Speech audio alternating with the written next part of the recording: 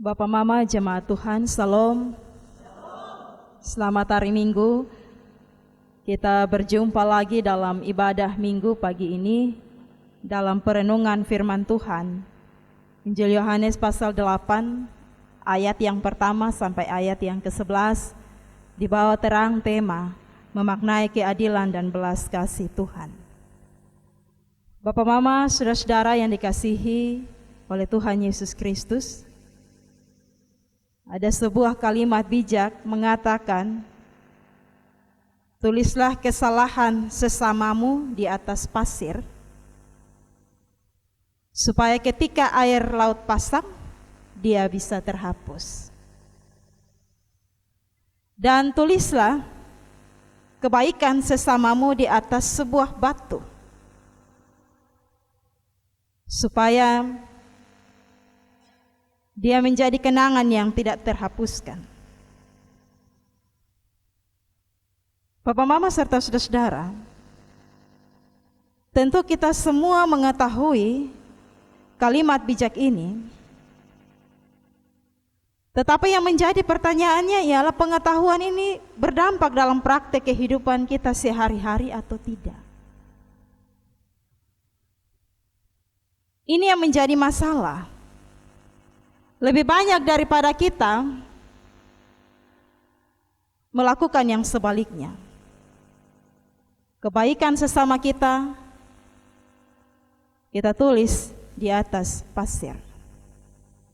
Tetapi kesalahan-kesalahan kita tulis di atas batu. Dan kesalahan-kesalahan yang pernah dilakukan oleh tiap-tiap orang kita terus ungkit dalam kehidupan kita, dan kita juga mempermalukan seseorang atau membunuh karir masa depan seseorang oleh karena keburukan-keburukan yang pernah dia perbuat. Saya pikir ini juga yang sekarang bahkan kita juga melakukan ini dalam kehidupan kita setiap hari. Kebaikan sebanyak apapun yang dilakukan oleh seseorang terkadang terhapus ketika satu kesalahan diperbuat oleh orang itu.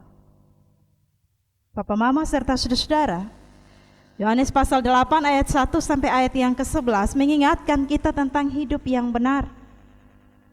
Mayoritas pengenalan akan agama terkadang sebatas hanya kita menghafal ayat dan ajaran, karena masih banyak dari kita belum sampai pada mengamalkan, bahkan mempraktikkan apa yang dihafal.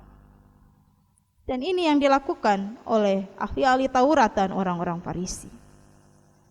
Bacaan kita menggambarkan kepada kita bahwa Yesus sedang mengajar di bait Allah di Yerusalem. Ahli-ahli Taurat dan orang-orang Farisi membawa seorang perempuan yang kata mereka tertangkap basah bersinah. Pertanyaannya ialah, di mana laki-laki yang tertangkap bersama perempuan ini dan perempuan ini dikatakan bersinah? Ya. Kan tidak mungkin perempuan ini bersinah tanpa seorang laki-laki. Ahli-ahli Taurat dan orang-orang Farisi lakukan ini untuk mencobai Yesus supaya bisa didapatkan kesalahan pada Yesus. Itu pada ayat yang ke-6. Bapak Mama serta saudara-saudara, dalam kehidupan kita setiap hari, kita manusia juga demikian. Kalau kita tidak suka dengan seseorang, terkadang kita memakai banyak sekali cara untuk kita menyalahkan orang itu. Kalau kita membenci dengan seseorang, Bapak Mama, maka banyak sekali cara kita pakai untuk bisa menjebak dan menjatuhkan orang itu, karena sudah ada rasa kebencian dalam hati kita.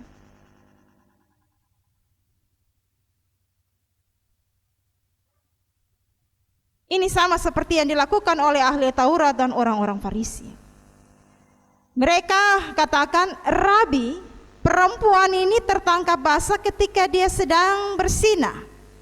Musa dalam hukum Taurat memerintahkan kita untuk melempari perempuan-perempuan yang demikian. Apakah pendapatmu tentang hal itu? Ini pertanyaan jebakan. Ya. Mereka mau mencari kesalahan Yesus. sehingga Yesus bisa dihukum. Apa yang mereka sampaikan tentang hukum Musa memang benar. Jika Yesus bilang silakan lempari sesuai hukum Musa, maka akan terjadi keributan. Oleh pemerintahan Romawi, Yesus dicap buat keonaran, apalagi menjelang hari raya. Tapi kalau Yesus bilang iya juga, maka di mana keadilan?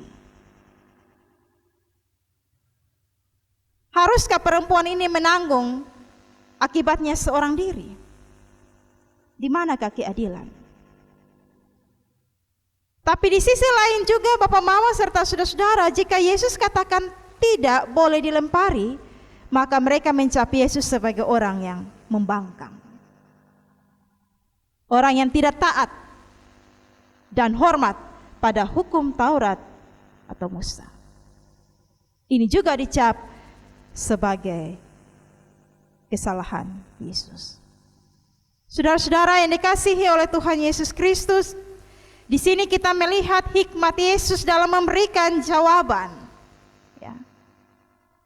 Pada awalnya Yesus tidak berbicara apapun. Alkitab mengatakan bahwa Yesus tertunduk dan dia menulis di tanah, entah dia menulis apa.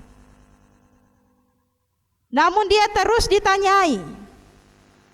Yesus membalas dengan sebuah pernyataan penting.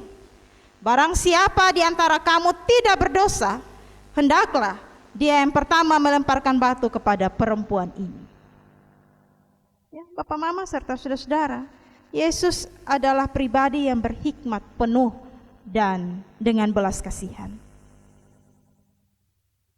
Di mata Yesus, kehidupan dan perbuatan ahli Taurat dan orang-orang Farisi tidaklah lebih baik dari perempuan pesina ini. Ya, kehidup keagamaan mereka tidak berjalan seiring dengan perbuatan mereka. Mereka merasa bahwa mereka orang-orang yang baik, orang-orang yang benar, lalu melihat kesalahan dan dosa sesama itu bentuk kesalehan yang perempuan ini tertangkap berzina. Bapak Mama serta saudara-saudara yang dikasihi oleh Tuhan Yesus Kristus, dan bagi Yesus ini bentuk kemunafikan. Oleh karena itu Yesus berkata pada ayat yang ke-7, barang siapa di antara kamu tidak berdosa, hendaklah ia pertama melemparkan batu kepada perempuan ini. Dan ini jawaban Yesus bagi mereka. Bapak Mama serta saudara-saudara, kita mendapatkan beberapa pokok penting dari apa yang menjadi jawaban Yesus pada saat itu. Yang pertama, ketika Yesus mengungkapkan pada ayat yang ke-7, kita lihat keadilan Yesus juga dinyatakan. Jawaban Yesus ini memberikan rasa adil bagi semua orang, termasuk bagi perempuan yang selalu dijadikan korban.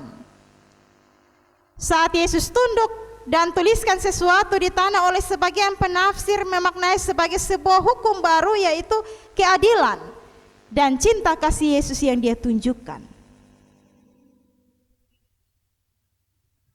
Keadilan di sini termasuk meruntuhkan cara berpikir dan struktur baku yang sudah selama ini mengikat ahli-ahli Taurat atau orang-orang Farisi. Selama ini dengan kuasa dan jabatan mereka bebas. Artikan keadilan yang selalu jadi korban ialah perempuan atau orang-orang yang lemah. Dan justru pada ayat yang ke-7 Yesus memberikan jawaban itu merupakan jawaban yang adil dan menelanjangi mereka yang berlaku semena-mena kepada orang lain.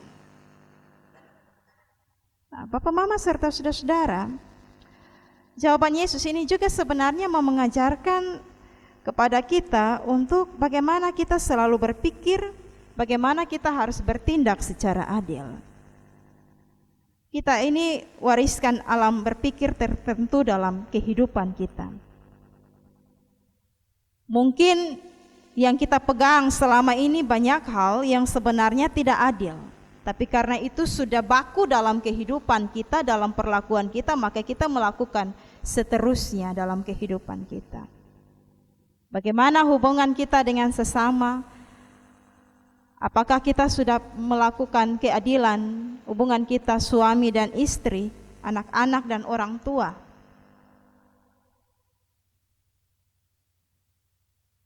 Papa mama serta saudara-saudara, Yesus tidak menolak bahwa perempuan ini memang berdosa karena berzina.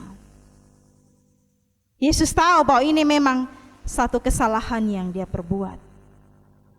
Tapi kenapa perempuan ini saja yang dihakimi dan harus dilempari? Di mana laki-laki yang berzina bersama perempuan ini? Kenapa dia tidak dibawa? Saat berlaku adil, maka itu juga harus dilakukan secara merata untuk semua. Jangan sampai tajam ke bawah, tapi tumpul ke atas. Jadi ketika Yesus bilang, kalau yang sonde merasa diri, sonde berdosa, maka dia yang pertama melemparkan batu kepada perempuan. Yang kedua, kesombongan dari ahli Taurat juga diruntuhkan. Papa mama serta saudara-saudara, kesombongan diruntuhkan oleh jawaban Yesus. Selama ini orang-orang atau ahli-ahli Taurat dengan bebasnya berlaku tidak adil, dan mereka menempatkan diri seolah-olah mereka orang-orang yang bersih, mereka orang-orang yang suci, dan orang lain berdosa dan harus dihukum. Bahkan segala yang melekat pada diri mereka itu penuh dengan kemunafikan. Karena itu Yesus katakan, siapa yang tidak berdosa dia ambil satu batu dan lempar. Ya, Bapak mau pertanyaan, siapa yang tidak berdosa? Padahal kita bilang semua orang berdosa. Ini ajaran yang baik sekali bagi kita, saya maupun Bapak Mama serta saudara-saudara. Terkadang dalam kehidupan kita ini kita cepat sekali melihat kesalahan orang lain, tapi lambat untuk menilai kesalahan kita sendiri. Itu yang pada bagian lain Yesus bilang, selumbar di mata orang lain kita lihat, tapi balok di mata kita sendiri kita tidak kita ketahui. Banyak sekali orang pintar menilai orang lain tapi lambat menilai diri sendiri. Kita cepat sekali melihat kesalahan orang lain, tapi kita lambat melihat diri kita sendiri. Oleh karena itu Bapak Mama serta saudara-saudara, penyampaian Yesus ini menjadi serangan yang benar-benar meruntuhkan kesombongan ahli Taurat dan orang-orang Farisi. Mereka menganggap bahwa mereka menghafal segala ajaran, ya, aturan-aturan, dan mereka menganggap juga bahwa diri mereka sempurna adanya. Karena itu ketika perempuan ini melakukan zina, maka itu satu kesalahan yang besar. Itu yang kedua Bapak Mama. Yang ketiga, belas kasih Allah juga diwujudkan. Keadilan itu berjalan bersama dengan belas kasih Yesus. Jawaban Yesus ini sangat adil, tidak menghakimi, tapi juga membuka babak kehidupan yang baru. Jawaban Yesus ini juga adil dan penuh kasih. Oleh karena itu, pada ayat yang ke-11 dia bilang, aku pun tidak menghukum engkau. Pergilah dan jangan berbuat dosa lagi mulai dari sekarang. Kesalahan itu tidak ditutupi. Penghakiman itu tidak dilakukan. Tapi perubahan hidup harus disampaikan. Dosanya tidak ditutupi, tapi kesempatan kedua diberikan. Dan ini yang Yesus lakukan kepada perempuan ini. Karena itu Bapak Mama, Yesus mengajarkan saya maupun Bapak Mama semua untuk jangan suka menghakimi sesama. Semua kita ini orang yang berdosa. Bagaimana kita melihat diri kita sendiri?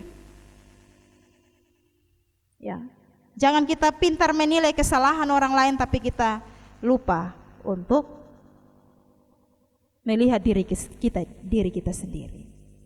Jadi firman Tuhan pada pagi hari ini menasihati kita untuk kita juga menyadari bahwa diri kita tidak sempurna adanya. Firman Tuhan yang lain mengajarkan kita untuk saling menasihati dan memberikan teguran. Tapi itu tidak dilakukan dalam semangat menghakimi, tapi semangat belas kasih sebagaimana yang Yesus tunjukkan kepada ahli-ahli Taurat dan orang-orang Farisi. Ada yang salah, kita tegur, tugas kita. Jika tidak diikuti dengan tanggung jawab kita, maka itu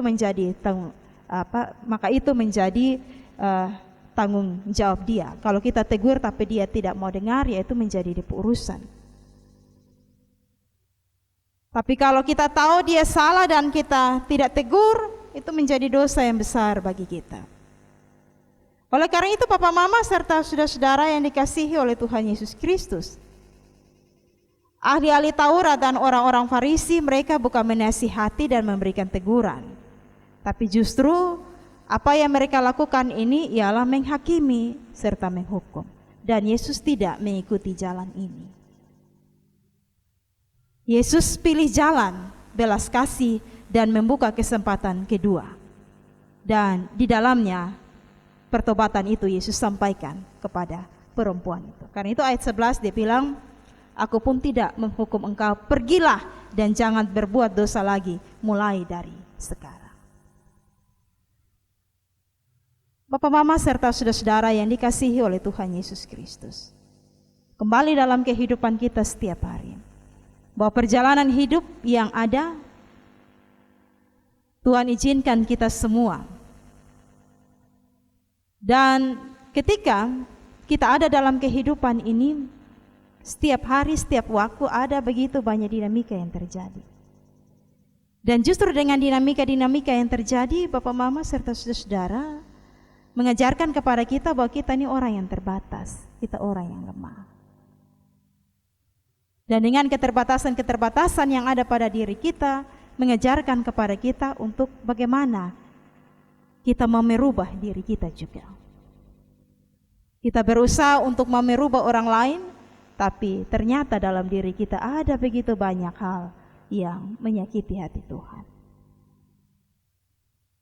Jangan sampai kita pintar menilai orang lain, tapi lupa untuk menasihati diri kita sendiri, mengalahkan diri kita sendiri untuk hidup berkenan kepada Tuhan. Ya, karena itu Bapak, Mama, serta saudara-saudara yang dikasihi oleh Tuhan, ketika kita melihat kesalahan pada orang lain, kita menegur mereka dengan kasih, bukan dengan menghakimi. Ini menjadi tugas dan tanggung jawab kita semua. Di dalam keluarga kita, rumah tangga kita, ya, hubungan suami dan istri, lakukanlah keadilan. Dan di dalamnya juga kita menunjukkan kasih sayang kita kepada mereka. Hubungan orang tua dan anak-anak, jangan menghakimi mereka, tetapi bagaimana kita menasihati mereka dengan penuh kasih, supaya mereka juga mau berubah. Tuhan menolong dan memberkati kita. Kita percaya bahwa apa yang Yesus tunjukkan merupakan satu bukti belas kasih kepada perempuan ini dan memberikan kesempatan bagi dia untuk bertobat. Demikian kita juga ketika kita melihat ada satu kesalahan yang dilakukan oleh seseorang, menegur mereka dengan kasih dan merupakan tanggung jawab kita untuk menolong dia supaya dia ada dalam pertobatan. Dan itu dituntun oleh Roh Kudus. Tuhan memberkati kita dan menolong kita semua untuk melakukan firman Tuhan dalam kehidupan kita setiap saat. Amin.